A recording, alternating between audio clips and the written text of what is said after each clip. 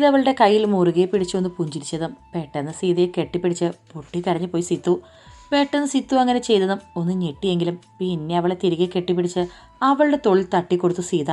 കഴിക്കാൻ വിളിക്കാൻ പോയവളെയും കഴിക്കാനുള്ളവയും കാണാതായതും ഇന്ദ്രൻ സിത്തുവിൻ്റെ മുറിയിലേക്ക് നടന്നതും സിത്തുവും സീതയും പരസ്പരം കെട്ടിപ്പിടിച്ച് കരയുന്ന കാണെ മുന്നോട്ട് നടക്കാതെ അവരെ തന്നെ നോക്കി നിന്ന് ഇന്ദ്രൻ. അപ്പുവിനെ മാത്രമേ അവൾക്ക് സ്നേഹിക്കാൻ കഴിഞ്ഞുള്ളൂ. ഒരിക്കലും സീതയും സിത്തുവും ചേരില്ല എന്ന് മനസ്സുകൊണ്ട് ഉറപ്പിച്ചവൻ്റെ മുന്നിൽ ഇങ്ങനൊരു കാഴ്ച മനസ്സ് നിറഞ്ഞൊരു സന്തോഷം തോന്നിപ്പോയി അവന്. എന്തിനോ ആ കാഴ്ച അവൻ്റെ കണ്ണുകൾ നിറച്ചു. അവരെ ഒന്നുകൂടെ നോക്കി അവൻ തിരിഞ്ഞു നടക്കുമ്പോൾ അവന് ഉറപ്പായിരുന്നു, നല്ല സഹോദരിമാരായി, നല്ല കൂട്ടുകാരായി, നല്ല നാത്തന്മാരായി സീതയും സിത്തുവും ഇനി അങ്ങോട്ട് കഴിയുമെന്ന്. ആ സന്തോഷത്തോടെ തന്നെ അവൻ തിരിഞ്ഞു നടക്കുമ്പോൾ മനസ്സിലെ ഭാരവും ആരോടും പറയാതെ താൻ കൊണ്ടു നടന്ന തൻ്റെ പ്രണയവും സീതയ്ക്ക് മുന്നിൽ പറഞ്ഞ കാര്യം തീർക്കുകയായിരുന്നു സിത്തു. തൻ്റെ അനിയനെ അവൾ ഇത്രയും സ്നേഹിച്ചിരുന്നു എന്നൊരു ഞെട്ടൽ സീതയും. ഒത്തിരി സംസാരിച്ചതിന് ശേഷം നൂലുപൊട്ടിയ പട്ടം പോലെ അവളുടെ മനസ്സ് ശാന്തമായി പറന്നു നടക്കുമ്പോൾ സീതയുടെ മടിയിലായി തളർന്നു കിടന്നു സിത്തു. അവളുടെ മുടിയിഴകളിൽ തലോടി അവളുടെ അടുത്തായിരുന്നു സീതയും. ഒടുവിൽ അവളുടെ റൂമിൽ നിന്നിറങ്ങുമ്പോൾ എത്രയും പെട്ടെന്ന് അപ്പുവിനെ നാട്ടിലേക്ക് എത്തിക്കണമെന്ന് മാത്രമേ സീതയുടെ ഉള്ളിൽ ഉണ്ടായിരുന്നുള്ളൂ. സിത്തുവിൻ്റെയും അപ്പുവിൻ്റെയും കാര്യം ഇന്ദ്രനോട് പറഞ്ഞപ്പോൾ അവൻ്റെ പ്രണയം അവൻ തന്നെ അവളോട് പറയട്ടെ എന്ന് ഇന്ദ്രൻ പറഞ്ഞത് ഓർത്തുപോയി സീത. സീതമ്മോ, എൻ്റെ കൊച്ചു ഉറങ്ങിയിട്ടില്ല എന്ന് എനിക്ക് നന്നായിട്ടറിയാം. എണീറ്റേ, ചേട്ടനൊന്ന് നോക്കട്ടെ. മുറിയിലേക്ക് കടന്നു വന്നവൻ കണ്ണുകൾ മുറുകെ അടച്ച് കട്ടിൽ ചുരുണ്ടുകൂടി താൻ വന്നത് അറിയാത്ത പോലെ കിടക്കുന്നവളെ നോക്കി ഒരു ചിരിയോടെ പറഞ്ഞ് അവളുടെ അടുത്തായി വന്നിരുന്ന് ഷർട്ടിൻ്റെ ഓരോ ബട്ടൺസ് അഴിച്ചുകൊണ്ടിരുന്നു. അവൻ മുറിയിലേക്ക് വന്നതും തൻ്റെ തൊട്ടടുത്തിരിക്കുന്നതെല്ലാം സീത അറിയുന്നുണ്ടെങ്കിലും കണ്ണുകൾ തുറക്കാതെ ഉറങ്ങിയതുപോലെ അവളും കിടന്നു. ഷർട്ടിൻ്റെ ബട്ടൺസ് മുഴുവൻ അഴിച്ച് അവളെയും തിരിഞ്ഞു നോക്കി എഴുന്നേറ്റ് ഇന്ദ്രൻ ഷർട്ട് ഹാങ്ങറിൽ കൊണ്ടുപോയി വെച്ചിട്ടും ഉണരാതെ കിടക്കുന്നവളെ കാണെ മെല്ലെ എന്ന് തലയാട്ടി അവളുടെ അടുത്തായി വന്നിരുന്നു ഇന്ദ്രൻ. ടീച്ചറമ്മ എഴുന്നേൽക്കുന്നോ അതോ ചേട്ടൻ എഴുന്നേൽപ്പിക്കണോ? ഒരു ഇണത്തോടെയുള്ള അവൻ്റെ ചോദ്യം കേട്ടിട്ടും കണ്ണുകൾ തുറക്കാതെ ശ്വാസം അടക്കി പിടിച്ച് കൈകൾ ചുറ്റിപ്പിടിച്ച് കവിൾ ചേർത്ത് വെച്ച് കിടന്നു സീത. പൊന്ന് പെണ്ണ് നന്നാവാൻ സമ്മതിക്കൂല. ഇന്ദ്രൻ ഒരു ചിരിയോടെ സ്വയം പറഞ്ഞ് അവളുടെ ദേഹത്തേക്ക് ചാഞ്ഞതും പെട്ടെന്നൊരു ഞെട്ടലോടെ എഴുന്നേറ്റിരുന്നു അവൾ. മനുഷ്യനെ ഉറങ്ങാനും സമ്മതിക്കൂലേ? ദേഷ്യം നടിച്ചുള്ള അവളുടെ ചോദ്യം അവന് ശരിക്കും ചിരി വന്നു. മുഖത്തെ പരിഭ്രമം മറച്ചു പിടിച്ച് തന്നെ കൂർപ്പിച്ചു നോക്കുന്നവളെ കാണും തോറും കടിച്ചു തിന്നാൻ തോന്നുന്ന ഒരു കൊതി തോന്നി അവന്. അയ്യോടാ, എൻ്റെ സീത ഉറങ്ങുമായിരുന്നില്ലേ, സോറി. നിഷ്കളങ്കത വാരി വിതറുള്ള അവൻ്റെ ആ പറച്ചിൽ തന്നെ കളിയാക്കാനാണെന്ന് വ്യക്തമായി അറിയാം സീതയ്ക്ക്. ഒന്നുകൂടെ അവനെ നോക്കിയിരുത്തി അവൾ. എനിക്ക് നല്ല ഉറക്കം വരുന്നുണ്ട്, ഞാനൊന്ന് കിടക്കട്ടെ. കളിയാക്കലുകളും തമാശയും എല്ലാം മാറി അവൻ്റെ മുഖത്ത് മറ്റൊരു ഭാവം നിറയും പോലെ തോന്നിയതും അവനെ നോട്ടം താങ്ങാൻ കഴിയാതെ സീത അവനെ നോക്കാതെ അത്രയും പറഞ്ഞ് കിടക്കാൻ നിന്നതും അവളുടെ കയ്യിലായി അവൻ്റെ പിടി വീണിരുന്നു. അവൻ്റെ പ്രവൃത്തിയിലൊന്ന് പിടഞ്ഞുപോയി സീത. ഇത്രയും കാലം നന്നായിട്ട് ഉറങ്ങിയില്ലേ, ഇനി ഇത്രയും ഉറക്കം ഒഴിക്കേ? അവളുടെ മടിയിലേക്ക് കയറി കിടന്ന് ഇന്ദ്രൻ പറയുമ്പോൾ അവളുടെ ചുടിയിൽ കുഞ്ഞൊരു ചിരി തെളിഞ്ഞു. ഒന്ന് മസാജ് ചെയ്യടോ. തന്നെ തന്നെ നോക്കിയിരിക്കുന്നവളുടെ കൈയെടുത്ത് അവൻ്റെ തലയിലേക്ക് വെച്ചുകൊണ്ട് അവൻ ചെറിയൊരു ചിരിയോടെ പറയുമ്പോൾ മെല്ലെ അവൻ്റെ മുടികളിലൂടെ അവൾ വിരലോടിച്ച് അവനെ നോക്കി കട്ടിലേക്ക് ചാരിയിരുന്നു. സീതമ്മോ, അവളുടെ മടിയിൽ കണ്ണുകളടിച്ച് കിടന്നവൻ മെല്ലെ വിളിച്ചതും കാട്ടിൽ ചാരിയിരിക്കുന്നവൾ ഒരു ദീർഘശ്വാസം എടുത്തൊന്ന് മൂളി. പേടിയാണോ നിനക്കെന്നെ? അവൻ്റെ ചോദ്യം കേൾക്കി ഒന്ന് ഞെട്ടി അവനെ നോക്കി സീത. എന്തേ അങ്ങനെ തോന്നാൻ? അവൻ്റെ തലമുടിയിൽ മെല്ലെ തലോടിക്കൊണ്ടാണ് അവളുടെ ചോദ്യം. ഏയ്, എന്നെ കാണുമ്പോൾ നിനക്കൊരു പേടിയുള്ളതുപോലെ തോന്നുന്നു എനിക്ക്. ഞാൻ അത്രയ്ക്ക് ഭീകരനാണോടി? ഒന്ന് ചെരിഞ്ഞു കിടന്ന് അവളുടെ വയറിലൊന്ന് മുഖമുരസി അവൻ ചോദിക്കുമ്പോൾ അവൾ ശ്വാസം ഒന്ന് മേലേക്ക് വലിച്ച് അവൻ്റെ മുടിയിൽ തലോടിക്കൊണ്ടിരുന്ന കൈ ചലിക്കാൻ കഴിയാതെ ഒരു നിമിഷം നിന്നുപോയി. ഇതാ ഞാൻ പറഞ്ഞേ, ഈ പേടി. അവനെ നോക്കാൻ കഴിയാതെ പിടഞ്ഞു മാറിയ മിഴികളിലേക്ക് നോക്കി അവൻ പറയുമ്പോൾ അവനെ ഒന്ന് നോക്കി പുഞ്ചിരിച്ചു സീത. സത്യം പറഞ്ഞാൽ എനിക്കിപ്പോൾ തന്നെ പേടിയാ. അവൾ പറയുമ്പോൾ പുഞ്ചിരിച്ച് കിടന്നവൻ്റെ മുഖം ഒരു നിമിഷം ഒന്ന് മങ്ങി. ഈ അസുരൻ പണ്ട് ദേഷ്യത്തോടെ 10 പറഞ്ഞാൽ അതിൻ്റെ ഇരട്ടി പറയാൻ എനിക്കറിയാം. വഴക്കിടുമ്പോൾ തോറ്റു തരാതെ പിടിച്ചു നിൽക്കാനും എനിക്കറിയാം. പക്ഷേ ഇപ്പോഴുള്ള ഈ നോട്ടവും സംസാരമൊന്നും എനിക്ക് താങ്ങാൻ കഴിയുന്നില്ല. താൻ അടുത്തേക്ക് വരുമ്പോൾ തന്നെ ഹൃദയം വല്ലാതെ പിടഞ്ഞു പോവാ. ഇപ്പോഴുള്ള ഇന്ദ്രൻ്റെ ഓരോ പ്രവൃത്തിയും എനിക്ക് പേടിയാ. അവൾ പറയുമ്പോൾ അവൾ കണ്ണെടുക്കാതെ നോക്കിക്കിടന്നു ഇന്ദ്രൻ. പക്ഷേ ഈ അസുരനെ കാണുമ്പോഴുണ്ടാകുന്ന പേടിയും പിടവും ഒക്കെ എനിക്കിപ്പോൾ ഒത്തിരി ഇഷ്ടമാണ്. തന്നെ നോക്കുന്ന അവൻ്റെ കണ്ണിലേക്ക് നോക്കി അവൻ്റെ തിങ്ങി നിറഞ്ഞ താടിയിൽ വിരലുകൾ കൊണ്ട് ചിത്രം വരച്ച് അത്രയും പ്രണയത്തോടെ അവൾ പറയുമ്പോൾ അവൻ്റെ മിഴികളും അവളെ പ്രണയത്തോടെ കണ്ണെടുക്കാതെ നോക്കിപ്പോയി. തൻ്റെ കവളിൽ കൈ ചേർത്ത് തന്നെ നോക്കുന്നവളുടെ കൈ പിടിച്ച് അവൻ അവളെ തന്നെ നോക്കി. ആ ഉള്ളംകൈ ഒന്ന് അമർത്തി മുത്തി. പൊടുന്നനെ ആ കൈ പിന്നിലേക്ക് വലിച്ച് സീത അവളുടെ പ്രവൃത്തിയിൽ അവളെന്ന് കൂർപ്പിച്ചു നോക്കിയവൻ. വൃതം. ഒരു കള്ളച്ചിരിയോടെ അവൾ അവനെ നോക്കി പറയുമ്പോൾ മുഖം വീർപ്പിച്ച് ഇന്ദ്രൻ അവളുടെ മടിയിൽ തന്നെ കമഴ്ന്ന് കിടന്നു. ഇനിയുള്ള എല്ലാ രാവും പകലും നമുക്കുള്ളതല്ലേ, ഒരു 2 ദിവസം ക്ഷമിക്കരുത് തമ്പുരാനെ. തല താഴ്ത്തി അവൻ്റെ കാതിൽ ഒരു ചിരിയോടെ അവൾ പതിയെ പറയുമ്പോൾ അവരുടെ ചുണ്ടിലും തെളിഞ്ഞു ഇനിയുള്ള തങ്ങളുടെ ജീവിതം ഓർത്തൊരു സന്തോഷത്തോടെയുള്ള പുഞ്ചിരി. ഒരു ഉമ്മ തരാൻ പറ്റില്ല എന്നൊന്നും ആരും പറഞ്ഞിട്ടില്ല, നീ വെറുതെ ജാട ഇടുക. അവളുടെ അടുത്ത് എഴുന്നേറ്റിരുന്ന് അവളുടെ അടുത്തേക്ക് ചേർന്നിരുന്ന് അവൻ പറഞ്ഞതും അവൻ്റെ ചുണ്ടിൽ ചൂണ്ടുവിരൽ വെച്ച് ഇനിയൊന്നും പറയേണ്ടെന്ന പോലെ അവനെ നോക്കി സീത. ഈ 2 ദിവസം എന്നോടൊന്നും ചോദിക്കരുത് ഇന്ദ്ര, എനിക്കിതിലൊക്കെ നല്ല വിശ്വാസമാണ്. ഇത്തിരി ഗൗരവത്തോടെ അവൾ പറയുമ്പോൾ അവളേക്കാൾ ഗൗരവത്തിൽ അവളെ നോക്കി ഇന്ദ്രൻ. ഓ, എന്നാ നീ പോയി ഭജന ഇരിക്കടി, എന്നിട്ട് നിന്റെ പേര് മാറ്റിക്കോ, വല്ല ദേവി സീതാന്തമായി എന്നോ ഇട്ടോ. അവളുടെ ഒരു അത്രയും പറഞ്ഞ് തലണിയിലേക്ക് മുഖം കമഴ്ത്തി അവൻ കിടക്കുമ്പോൾ ജീവിതകാലം മുഴുവൻ ഈ വെട്ടുപോത്തിൻ്റെ സ്വഭാവം ഇത് തന്നെയായിരിക്കുമെന്നോർത്ത് തലയിൽ കൈവച്ച് പോയി സീത.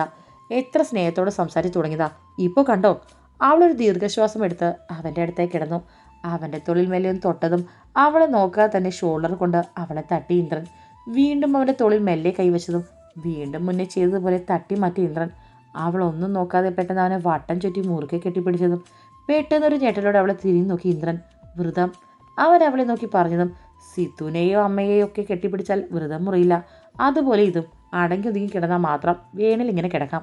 അവനെ നോക്കാതെ അത്രയും പറയുമ്പോൾ അവൻ അവളുടെ ഭാഗത്തേക്ക് തിരിഞ്ഞു കിടന്നു. അവളൊരു പുഞ്ചിരിയുടെ അവൻ്റെ നെഞ്ചിലേക്ക് ചേർന്ന് കിടന്ന് അവളെ വട്ടം ചുറ്റി കെട്ടിപ്പിടിച്ച് ഇന്ദ്രനും. ഇന്ദ്രേട്ടാ, അവൻ്റെ നഗ്നമായ നെഞ്ചിൽ മെല്ലെ വിരലൊടിച്ച് സീത വിളിക്കുമ്പോൾ അവളുടെ നെറ്റിയിലൊന്ന് മുത്തി ഇന്ദ്രൻ. ഉമ്മ വെക്കരുത്. അവളുടെ ശബ്ദം ഒന്ന് കടുത്തു. ഞാൻ അമ്മയ്ക്ക് സിത്തുനും കൊടുക്കും പോലെ നെറ്റിയിലാണ് തന്നത്. ആ ഉമ്മയിൽ സ്നേഹം മാത്രമേ ഉള്ളൂ. ഓരോ കിസിനും ഓരോ അർത്ഥങ്ങളുണ്ട് എൻ്റെ സീതമ്മേ. ടീച്ചറിന് ഞാൻ പതിയെല്ലാം പഠിപ്പിച്ചു തരാം. ഒരു കള്ളച്ചിരിയോട് മീശയൊന്ന് പിരിച്ച് ഞാനെന്ന ഭാവത്തോടെ അവൻ പറയുമ്പോൾ അവനൊന്ന് മിഴിയോർത്തി നോക്കി സീത. ഓ, ഇതിൽ PhD എടുത്തിട്ടുണ്ടോ സാറ്? എന്നാ കേൾക്കട്ടെ, ഒന്ന് പറഞ്ഞ് എൻ്റെ തെമ്പുരൻ. അവൻ്റെ മൂക്കിന് തുമ്പിൽ ഒന്ന് പിടിച്ച് തിരിച്ച് സീത ഒരു ചിരിയോട് പറഞ്ഞതും എന്നാ കേട്ടോ, ശ്രദ്ധിച്ച് കേൾക്കണം, ഇതൊക്കെ നമുക്ക് വ്രതം കഴിഞ്ഞാൽ ഉപകാരപ്പെടും. അവളുടെ കവളിൽ പിടിച്ച് ഇന്ദ്രൻ പറയുമ്പോൾ അവനെ കണ്ണെടുക്കാതെ നോക്കിയൊരു കള്ളച്ചിരിയോട് തലയാട്ടി സീത. ദേ ഇവിടെ നെറ്റിയിൽ. അത്ര സ്നേഹം തോന്നുമ്പോൾ മനസ്സിൽ വേണ്ടാത്തൊരു ചിന്തയും ഇല്ലാതെ തരുന്ന ഒരു നനുത്ത ചുംബനം. ഉറങ്ങിക്കിടക്കുമ്പോൾ അല്ലെങ്കിൽ ഉറക്കത്തിൽ നിന്നും ഉണരാനൊക്കെ ഈ കിസ് നല്ലതാ. അവൻ അവളുടെ നെറ്റിയിൽ തൊട്ട് പറയുമ്പോൾ അവനെ നോക്കി പുഞ്ചിരിയോടെ കിടന്നു സീത. പിന്നെ ദേ ഈ കവളിൽ. ഞാൻ ഓഫീസിലേക്കും നീ സ്കൂളിലേക്കൊക്കെ പോകുമ്പോൾ ഒരു ബായ് പറയുന്നതിനേക്കാൾ നല്ലത് ദേ ഈ ഉണ്ടക്കവളത്ത് ഒന്ന് അമർത്തി മുത്തുന്നതാ. അവളുടെ കവളിലൊന്ന് കുത്തി ഇന്ദ്രൻ. അപ്പോൾ ഞാൻ എന്തു ചെയ്യും? ഈ കവള് കാണാതെ കട്ടത്താടി നിറഞ്ഞു നിൽക്കുന്ന ഈ ഞാൻ എവിടെ ഉമ്മ വെക്കും? അവനെ താടിയിൽ കൈവച്ച് സീത പറഞ്ഞതും നിനക്ക് ഉമ്മ വെക്കാൻ ഞാൻ ഈ താടി മുഴുവൻ ഷേവ് ചെയ്യാം എൻ്റെ പൊന്നേ. അവളെ ഒന്നുകൂടി ഇറക്കി പിടിച്ച് ഇന്ദ്രൻ പറഞ്ഞതും ഇന്ദ്രേട്ടാ വ്രതം. അവൻ്റെ കൈ തനിക്കുമേൽ മുറുകിയതും ഒരു മുന്നറിയിപ്പ് പോലെ സീത പറഞ്ഞതും ഇത് ഇടയ്ക്കിടയ്ക്ക് പറയണമെന്നില്ല, എനിക്കറിയാം. അവൻ അവളെ കൂർപ്പിച്ച് നോക്കിക്കൊണ്ട് പറഞ്ഞു. ബാക്കി പറ. അവൾ പറഞ്ഞതും അവളെ ഒന്ന് ചെരിഞ്ഞു നോക്കി ഇന്ദ്രൻ. അതിന് നന്നായി ഒന്ന് ഇളിച്ച് കാണിച്ചു സീത. ഒരു ടീച്ചറായിട്ട് നിനക്കിതൊന്നും അറിയത്തില്ലേ? പിന്നെ ടീച്ചർമാർ ഇതല്ലേ പഠിക്കുന്നതും. ബാക്കി പറ മനുഷ്യ. അവൻ ചോദിച്ചതിന് അവനൊന്ന് പുച്ഛിച്ചു സീത. പിന്നെ ദേ ഇവിടെ. എപ്പോഴൊന്നും കിട്ടില്ല, പക്ഷെ കിട്ടുമ്പോൾ നല്ല കിക്കായിരിക്കും. അവളുടെ മൂക്കുത്തിലൊന്ന് തൊട്ടവൻ പറയുമ്പോൾ അവനെ നോക്കി പുഞ്ചിരിയോടെ കിടന്നു സീത. പിന്നെ ദേ ഇവിടെ ഈ റോസാപ്പൂ ഇതളിൽ. എപ്പോൾ തോന്നുന്നു അപ്പോഴൊക്കെ തരും. അവളുടെ ഇളം റോസ് ചുണ്ട് കൂട്ടിപ്പിടിച്ച് അവളെ വല്ലാത്തൊരു ഭാവത്തോടെ അവൻ പറയുമ്പോൾ അറിയാതെ ഉമിനിറക്കി അവനെ നോക്കി സീത. പിന്നെ ഈ കഴുത്തിൽ. രാത്രികളിലാവും കൂടുതൽ ഇവിടെ കിസ് കിട്ടുക, പക്ഷേ രാവിലെ ചുവന്ന കിടപ്പുണ്ടാവും. അതുകൊണ്ട് തന്നെ ഹിക്കി ലവ് ബൈറ്റ് എന്നൊക്കെയാണ് ഈ മുതലിൻ്റെ പേര്. സ്കിൻ സക്ക് ചെയ്യുമ്പോൾ കടിച്ചോ കല വരുത്തുന്ന സംഭവമാണ് ഈ ഹക്കി. പിന്നെയുള്ളത് ഇന്ദ്രൻ പറയുമ്പോൾ അവൾക്ക് ഇനിയൊന്നും പറയേണ്ടെന്ന പോലെ അവൻ്റെ വായ പൊത്തി. മതി, ഇനി ഉറങ്ങാം. അവൾക്ക് എന്തോ അവനെ നോക്കാൻ പോലും കഴിയാത്തൊരു നാണം.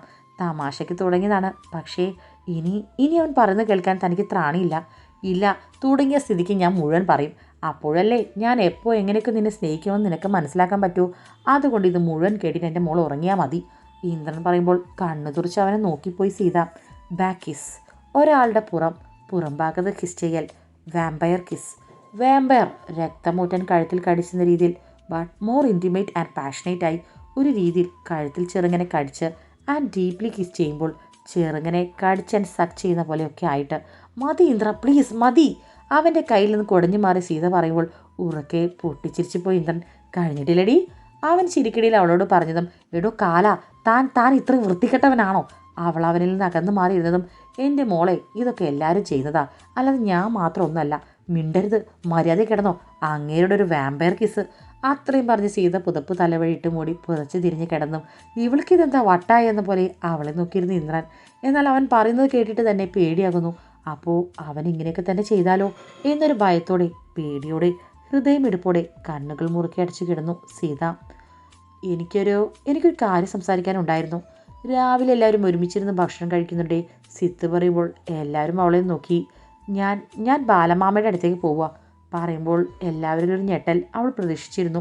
അതുപോലെ തന്നെ എല്ലാവരും അവളൊരു ഞെട്ടലോടെ നോക്കുന്നുണ്ട്. എങ്ങോട്ട്? ജർമ്മനിയിലേക്കോ? അപ്പോൾ നിന്റെ പഠിപ്പും കാര്യങ്ങളൊക്കെയോ? അമ്മ ചോദിക്കുമ്പോൾ അവളൊരു ദീർഘശ്വാസം എടുത്ത് ഗൗരവത്തോടെ അവരെ നോക്കി. ബാക്കിയുള്ള പഠിപ്പും ജോലിയുമൊക്കെ അവിടെ ബാലമാമ റെഡിയാക്കി തരാമെന്ന് പറഞ്ഞിട്ടുണ്ട്. അതാണ് എൻ്റെ കരിയറിന് നല്ലത് എന്നാണ് എനിക്ക് തോന്നുന്നത്. അവൾ മുന്നിൽ തന്നെ നോക്കിയിരിക്കുന്ന ഇന്ദ്രനെ നോക്കി. ആ മുഖത്തെ ഭാവം എന്താണെന്ന് അവൾക്കൊട്ടും മനസ്സിലായില്ല.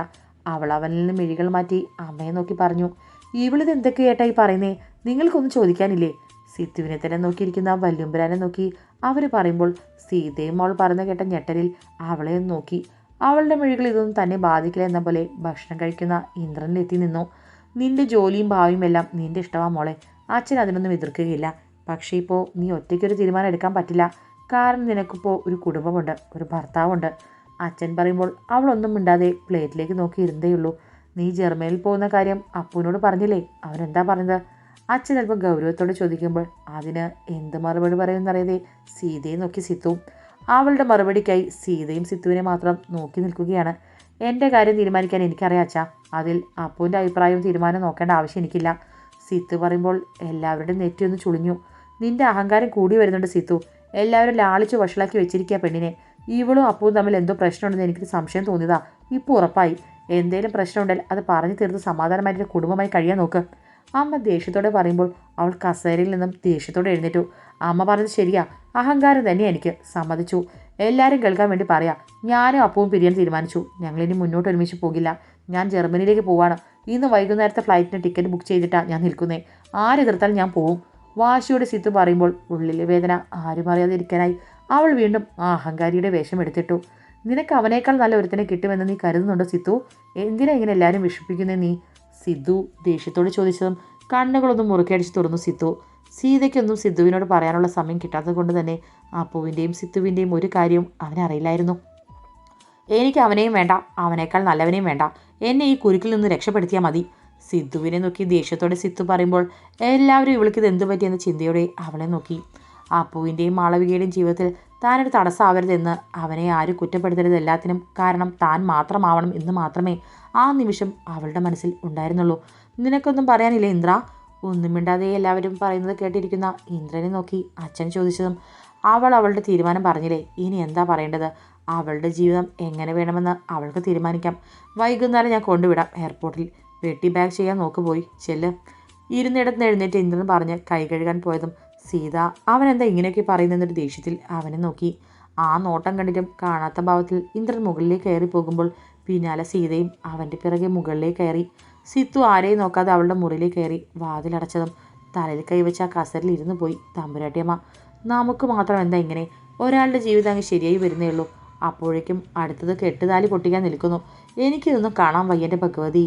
അവർ പദം പറഞ്ഞ് കരയുമ്പോൾ അവരെങ്ങനെ സമാധാനിപ്പിക്കണമെന്നറിയാതെ ഒന്നും മിണ്ടാതെ എഴുന്നേറ്റ് പോയി വല്യമ്പുരാൻ. സിദ്ധു അവരുടെ അടുത്തേക്ക് വന്നിരുന്ന് അവരുടെ തോളിൽ തൊട്ടതും അവനെ കെട്ടിപ്പിടിച്ച് കരഞ്ഞുപോയി ആ അമ്മ.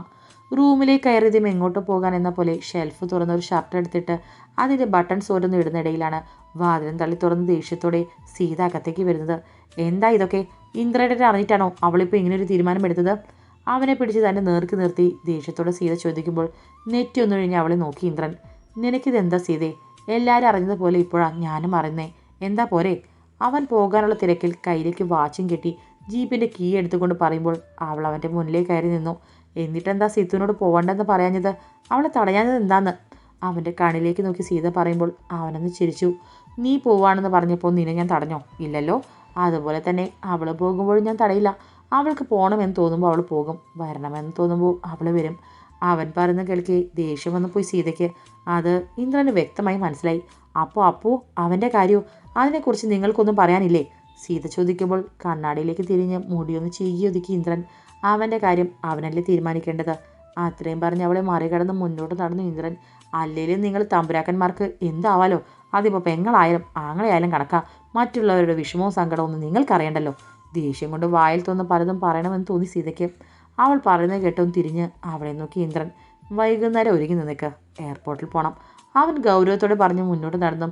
ഞാനെങ്ങും ഇല്ല, പെങ്ങളെ താനെ അങ്ങ് കൊണ്ടുപോയി വിട്ടാൽ മതി. സീതയ്ക്ക് സങ്കടവും ദേഷ്യമെല്ലാം കൂടി വന്നു.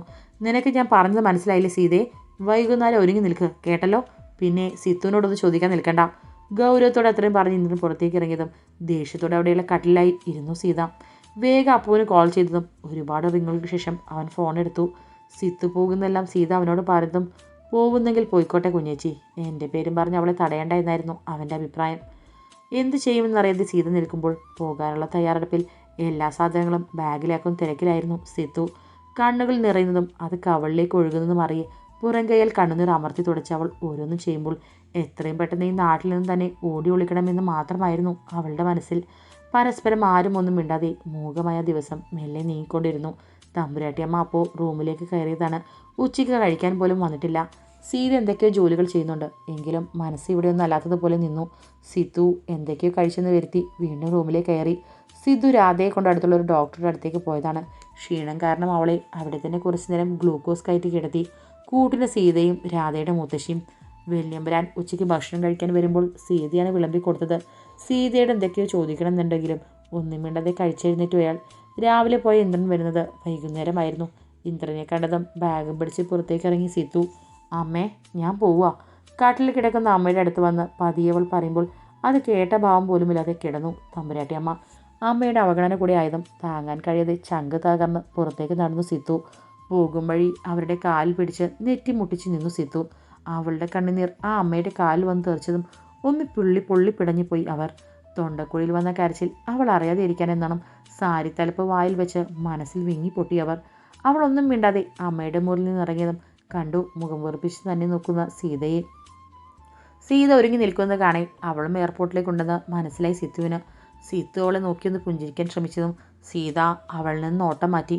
പിണക്കമാണോ ദേഷ്യമാണോ അതോ തൻ്റെ അനിയനെ ഓർത്തുള്ള സങ്കടമോ? അങ്ങനെ എന്തൊക്കെയാണ് അവളുടെ മനസ്സിൽ. അവളെ ഒന്ന് നോക്കി ബാഗ് ഡിക്കിലേക്ക് വെച്ച് ടോബിക്ക് 2 ഉമ്മയും കൊടുത്ത് അവൾ ബാക്ക് സീറ്റിലേക്ക് കയറിയിരുന്നു. ഇന്ദ്രൻ ഡ്രൈവിംഗ് സീറ്റിലേക്ക് കയറി സീതയെ നോക്കിയതും അവൾ വന്ന് കോ ഡ്രൈവിംഗ് സീറ്റിലേക്ക് കയറിയിരുന്ന് ഡോർ വലിച്ചടച്ചു. ഉള്ള ദേഷ്യം മുഴുവൻ ആ ഡോറിനോട് തീർത്താൽ അത് ടീച്ചറുടെ കയ്യിലങ്ങ് പോരും. നിന്റെ 2 മാസത്തെ ശമ്പളം വേണ്ടി വരും പിന്നെ അതൊന്ന് ശരിയാക്കി എടുക്കാൻ. അതുകൊണ്ട് കലിപ്പൊക്കെ അടക്കി വെച്ച് പതിയെ ചെയ്യും. ഇന്ദ്രൻ പറയുമ്പോൾ അവളെ ഒന്ന് കൂർപ്പിച്ച് നോക്കി മുഖം വെട്ടിച്ചു സീത. പിറകിൽ കണ്ണുകളടച്ച് സീറ്റിലേക്ക് ചാരി കിടക്കുന്നവളെ നോക്കി വണ്ടി മുന്നോട്ടെടുത്തു ഇന്ദ്രൻ. ആ വണ്ടി മുന്നോട്ട് പോകുന്നു നോക്കി തൻ്റെ മകൾക്ക് നല്ലത് മാത്രം വരണേന്ന് മനസ്സുകൊണ്ട് പ്രാർത്ഥിച്ച് ജനലഴികളിൽ പിടിച്ച് കണ്ണുനീർ വാർത്തു ആ അമ്മ. കണ്ണുകളടച്ച് കിടക്കുന്നവളുടെ മനസ്സിലേക്ക് തൻ്റെ പ്രിയപ്പെട്ടവൻ്റെ മുഖം തെളിമയോടെ നിറഞ്ഞു വന്നു. ഒന്ന് കാണാൻ, ഒന്ന് മിണ്ടാൻ അത്രയും കൊതിച്ചു പോകുന്ന മനസ്സിനെ പിടിച്ചു നിർത്തി സിത്തു. ഇന്ന് താൻ ഫ്ലൈറ്റ് കയറിയാൽ ഇനി ഒരിക്കലും ഈ നാട്ടിലേക്ക് ഒരു മടക്കമില്ലെന്ന് അവൾ മനസ്സിൽ വീണ്ടും ഊട്ടി ഉറപ്പിച്ചു.